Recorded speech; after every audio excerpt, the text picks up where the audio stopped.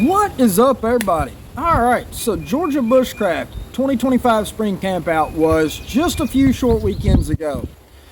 Another great time down there. Always enjoy it. Always enjoy the people. Always enjoy the camaraderie, the lessons, the classes. There's just a world of good stuff to learn and a lot of good people to be around. And Georgia Bushcraft is a place that is near and dear to my heart at this point. Between Spring Campout in April, the big fall gathering in November, there's just a lot of opportunities to meet people and get to really experience the community that is in bushcraft, when out and outdoor survival, homesteading in general. It's kind of become all-encompassing of that. You know, from started out as just kind of bushcraft and survival to now getting into more homesteading stuff. There's a little bit of something for everybody, and I enjoy it. I enjoy going. I will always make an effort to be there for both events. Normally, so I started out, let's kind of back up how I got into going to Georgia Bushcraft. So my first time going was Fall Gathering 2022. That was their 10-year anniversary event. So I went to it and had a great time. Took classes, learned stuff, got to meet some people. Went back in spring of 2023. Harrison and I rode the motorcycles down and had a phenomenal time riding the bikes down on that trip. Enjoyed it even more. Got to chat with more people. I guess kind of riding the bikes down was kind of a big thing. A lot of people didn't expect that, especially for what we ride down. So that kind of got people talking and kind of opened some doors, it seemed like, for us to be able to chat with people, get to know more people. And I elected to go back fall of 23 as a vendor. So went back and really kind of got to talk with people, get to know people, and it's snowballed from there. I was a vendor spring of 24, vendor fall of 24. This year though, I elected to go down in the spring due to some last minute plan changes and things, and the way things just kind of worked out. Decided to just go as a volunteer and really enjoyed it. So I've seen all sides of Georgia Bushcraft at this point, from just an attendee to being a vendor to now working on the volunteer side.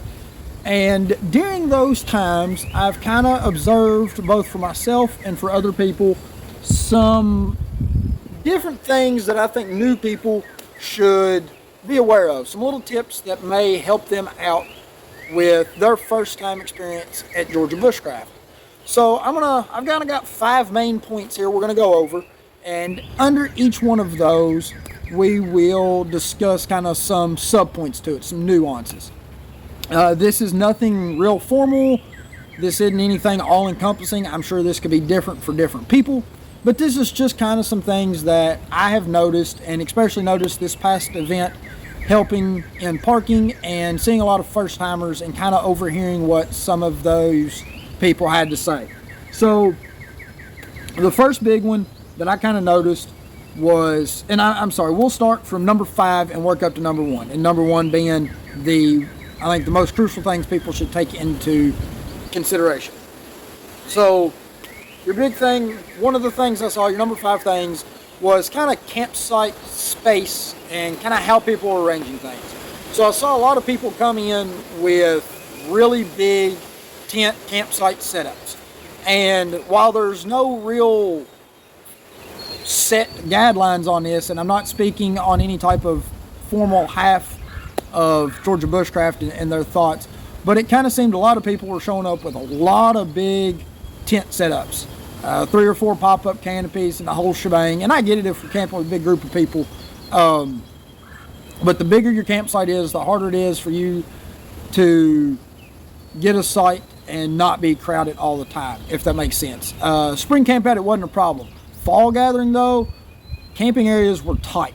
So the bigger setup you have, the less room there is for more people, the more stacked on top of everybody you're gonna have to be in order to fit people in the designated camping area.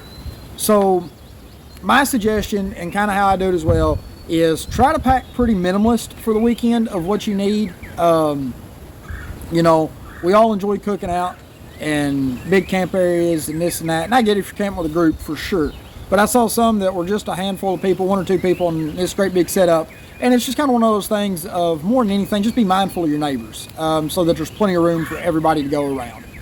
Also, at your campsites, kind of keep in mind too, you are camping close with people and kind of tight. So kind of keep your areas picked up. And one thing I saw too, make sure you mark your guy wires on your tents and stuff like that. You know, you've got guy wires stretched out everywhere. People are trying to walk, and I'm guilty. I say this because I've done it. You hit somebody's guy wire on their tent or their canopy, especially at night if you get up and you're moving around. So some reflective flagging or something on there is just always kind of a good thing. And then just keep it picked up. Keep your trash picked up. Afterwards, we picked up a lot of firewood and stuff that people had left piles of firewood and stuff in the fields. They mow it, they got to bush hog it, keep it clean. That stuff tears up mowers. So when you get done, pick your trash up. If the trash cans are overflowing, flag down a volunteer, let somebody know. We'll get it changed out. If I'm working volunteer or somebody else, you know, volunteers are always there to help you. So keep your trash picked up, pick up after yourselves, keep your firewood picked up, make sure your campfires are fully extinguished, and just leave no trace. It seems to be kind of something that 99% of people are good about, and there's always that small group, just like in everything, that kind of seems to leave stuff out. So be mindful of your neighbors, be mindful of the property, and just be friendly. The next thing, comfort and hygiene items. So number 4, kind of lump those together, comfort and hygiene. There's porta potties. That's what you've got for restroom facilities. So I recommend definitely bringing some hand sanitizer, bringing toilet paper, bringing wipes. Volunteers do a great job at keeping stuff stocked. Spring camp out, I never really saw any issues with it. It was a smaller turnout. Fall gathering, it can run out pretty quick. You know, they can go through and make their morning stock of everything, and by lunch, it's needing to be restocked again. So this time around, I just carried a fanny pack with me. I kept a thing of cottonelle wipes in it, some hand sanitizer. That way I've always got restroom products. You're going to want to bring something to, whether it's a portable shower or dude wipes, some sort of body wipe to wipe down with, because you're going to be there for Friday, Saturday, Sunday. You know, if you're an early member, you may be there on Thursday.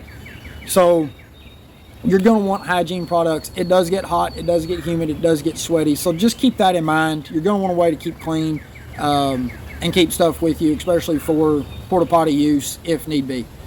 You don't want to go in there and find out at the last minute that you have toilet paper. It sucks. So keep stuff with you. It's handy. And just as you're going, you know, if you want to clean up before you eat lunch or something, or after an activity, it's always good to have stuff with you. So bring you a backpack, keep you some stuff like that in there, or a waist pack, something to keep that basic stuff, and you'll be a lot better off and a lot more enjoyable throughout the weekend. Supplies and food, that's the third thing. So the actual Georgia Bushcraft facility or campsite area it's not really too awfully far. I'm from a small town. I'm used to driving distances, but if you're not used to that, you know, most things are going to be 20 to 30 minutes away. You've got a Publix, you've got Walmart, you've got some other stuff. There's a Dollar General. You know, our Dollar Generals are everywhere, but Dollar General's 15 minutes away. I think Walmart is about 30 or 40 minutes. Publix like 20 minutes, somewhere around there. So you're not just going to conveniently hop in and run to town and grab something. So kind of look over your packing list for food and stuff like that. I keep looking down because I got a list here. You know, kind of look over ahead of time. Make sure you've got your ice. Make sure you got your drinks and your food and the stuff you're going to need. Kind of the way I like to do it is I pay attention to what I use throughout the week and my day-to-day. And it's like, all right, these are the core things I have to have. The rest of the stuff is kind of comfort stuff, but this is the core stuff, and I make sure I take the core stuff with me. And then if I need the comfort stuff, I'll go get it, figure it out, something else. But make sure you're aware of that and you plan accordingly. There's some people that, you know, I saw show up and they needed this or that, and then they have to turn around and leave. You can spend a good hour and a half of your day just running and picking up stuff. So kind of look ahead of time where it is, kind of what's around it, and get an idea. Make sure you bring stuff with you. Food-wise, they've had a food truck, 1 or 2 food trucks there the last few events all weekend. They've had 1 or 2 options. Oh, excuse me. But when you've got, you know, 1,200 to 2,500 people, and even if half of those want to eat a meal at one of the food trucks or most of the food trucks, the line can get long. The food's good. I've not had any complaints with any of the food trucks they've had down there. They've all been good. But be aware that when you start getting that many people going to 1 or 2 food trucks, the lines can get long. It's just the nature of it. So I definitely recommend you bring plenty of food for yourself. Bring food to cook. You know, camp stoves don't take up that much space. Grab you one of the little 2-burner propane tabletops. and a little cooler with some pork chops and hamburgers in it, something basic, and be able to cook for yourself, cook your own breakfast, cook your own lunch and dinner. For me, typically, I eat a breakfast and I'll eat a supper. Lunch is a snack. I don't typically stop and eat a big lunch. But make sure you kind of plan accordingly for that. If you show up and expect to just eat the food trucks, that's fine, but it can take a while. So just have options. You've got the Outpost, which serves hot coffee, hot chocolate, I think iced coffee as well now. And they'll every now and then they may have cinnamon rolls or some sort of breakfast bread, cake, dessert type thing.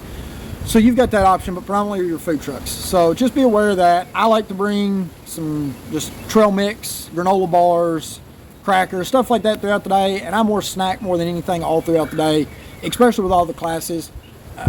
You're going to want to be able to eat conveniently on the run when you're going between classes and vendors and stuff like that. So again, it's where it's handy to have a backpack or a satchel, waist pack, something along those lines where you can keep your sanitary comfort hygiene items in as well as your snacks. And water. You always want to make sure you have plenty of water. Bring you some hydration packets, bring you some electrolyte mixes. You're going to want that throughout the 3 days. So those are the first 3 items. Let's unlock this here. Number 2. So number 2 of my 5 main points is your classes, your vendors, and your raffles. So kind of the core thing that goes on at Georgia Bushcraft. That's why we're all there. We're there for the classes, we're there for the vendors, and let's be real, we're there for the raffles. The raffles are phenomenal. You can rack up with quite a bit of good gear cheaply. So with that, make sure you look ahead of time before you get there. A lot of first-time people I heard show up say they have no idea what's going on. They're asking what's going on. I was working parking, so people are asking, what there is and this and that. Always happy to help. But if you go on the Georgia Bushcraft website, you can check out the vendor list ahead of time. You can check out the class schedule ahead of time. You can't check out the raffle stuff. That's not until the time of the raffle that you'll know that. But classes and vendors, you can look at ahead of time so you can plan your weekend around what it is you want to do. Whether that is take a class on tying knots, starting a fire, vehicle recovery, outdoor HVAC. I didn't get to take that class, but it sounded pretty interesting. Even massage classes. There were some classes there on primitive massages, primitive dentistry, backwoods dentistry. There's a wide variety of class options, and usually if you can't find something there that interests you, it might be a little too picky. So make sure you look ahead of time so that you can get that schedule laid out and you know for a fact what you want to do, where it is, when it's there, and that'll just help make your weekend go a lot smoother so that you can enjoy it and you don't miss anything that you want to do or you don't find out about it till after the fact. And so nothing overlaps. That way also you can coordinate, as I was talking about with food too, so you know when to coordinate food and this and that. Make sure you bring plenty of cash for the vendors. A lot of them, the majority of them, do take card. I know I take a card when I'm there, but cash is still king. It can help you work some deals, plus you save money on credit card fees and this and that. So bring cash. It works out a lot better, especially if there's signal issues. Cell phone signals have gotten a lot better even since I've started going, and apparently from talking to a lot of them, they're way better than when they started. But that can still play a factor in credit cards, so bring cash. Bring lots of cash, or don't bring a whole lot. It depends. The best way to budget is to just not bring it, not have it to spend. So if you come, know that there's a lot of good vendors there, a wide variety of products that cover everything, all type of spectrum. So I'm sure you can find something to buy, but cash is definitely king. With the raffles, one thing I saw a lot of this year, and it got better as the weekend went on, so we do what is called a burn it.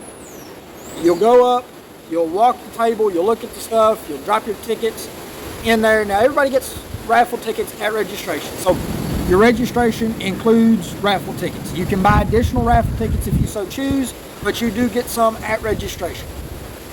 But people would come through, they'd drop those raffle tickets in on the items, we'd get the raffle started, we'd be up there drawing tickets, reading off numbers, and nobody would claim it. So, and we reset after every raffle. So you're not putting in, and if you don't get drawn on Friday night, that ticket just gets tossed. It doesn't get recycled back into a Saturday raffle or anything like that. So people will drop tickets, we'll draw it, read it off, give them every opportunity, and they never claim it. Don't understand why. It's been, 10, 15 minutes since they dropped it. Don't know. It's gone. But then we do what we call a burn it. If you don't want to miss out on your opportunity to win some cool gear, keep up your raffle tickets for the next 30, 45 minutes while the raffle's going on, so that you make sure you get drawn. And I think it's about everything for the raffles that I can think of. There may be an occasion where one person or where one item ends up with two supposed winners. So typically they'll read off like the last four numbers of the tickets depending on what the roll is. Sometimes those may overlap, so we'll go to 5 numbers. So just be understanding of that. It's always the best effort possible put in to make it honest, fair raffles so that everybody enjoys it and there's no issues or complaints. It's all done right there on the stage. You can see it, and it is a fantastic time. It's honestly one of the big fun parts of Georgia Bushcraft is everybody at the stage during raffle time. Matt's up there hyping everybody up. We got music playing. It's just a fun, good time. So the raffles kind of wrap up the evening, and then at that point, you can go about your separate ways. There may be live music afterwards. A lot of people just go back and hang out at the campsite, socialize, talk, meet people go talk to people they've met throughout the day. So the raffles kind of wrap up the daily events, whether it's Friday night or Saturday night or Sunday afternoon. Those always wrap up the days, and then it's just kind of downtime from there. So the number one thing that everybody should be aware of for Georgia Bushcraft is the weather and where you're camping. The weather, I thought Kentucky weather was unpredictable. Georgia said, hold my beer, watch this. I've been to Georgia 2 years ago in the fall, so fall of 23, I think it was. And we got into Atlanta at about 5 in the morning, and it was getting colder as I was going south from Kentucky. It was 25 degrees at 5 in the morning in Atlanta. We woke up, that was on, I think, Thursday morning, Wednesday or Thursday morning, and woke up Friday morning, and it was like 21 in Georgia. Nobody was prepared for that. We had frost. It was miserable. I think it was getting to like 60s, high 50s, low 60s during the day. It was wild. Nobody was expecting that. Forecasts were not predicting it at all. So, be prepared for the weather. I've been there in that. I've been there in 90+ degree weather when it's all sunshine. I've been there in severe storms and rain. You never know. It can vary, but the show goes on. So come prepared. April, it's usually kind of 50s, 60s, 70s, and a chance of rain. This past event, it was almost 90s all weekend. It was wonderful. But kind of look ahead of time, get an idea of general ballpark of the weather, and be prepared because the show goes on. Bring your rain gear, bring a sweatshirt. You'll be good, but just check at a time. That rolls into this next one. You are camping in a open field. It's open. There's no shade other than for up around the tree lines. Those spots go quick, especially if you're a member, and you can come in on Thursdays, I believe it is for members. Those spots go quick. So shade and tree line camping is valuable. If you don't get that, you're out here in an open field. As you can see, it's open. You're in the sun. So it's going to be hot. Make sure you bring plenty to drink. Make sure you bring shade.